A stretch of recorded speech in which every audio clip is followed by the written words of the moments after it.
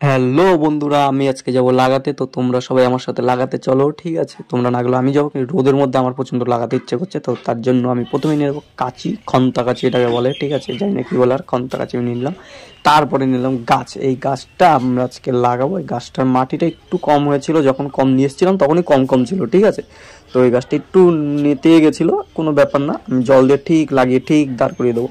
তো প্রথমে আমি লাগানোর জন্য নিয়ে এসে করলাম মাটিটা খচখচ খচখচ খচখচ খচখচ করে goat goat goat goat goat goat করে নিয়ে নিলাম, মাটিটা খুঁড়ে নিলাম যাতে গাছটা বসাতে পারি বা লাগাতে পারি।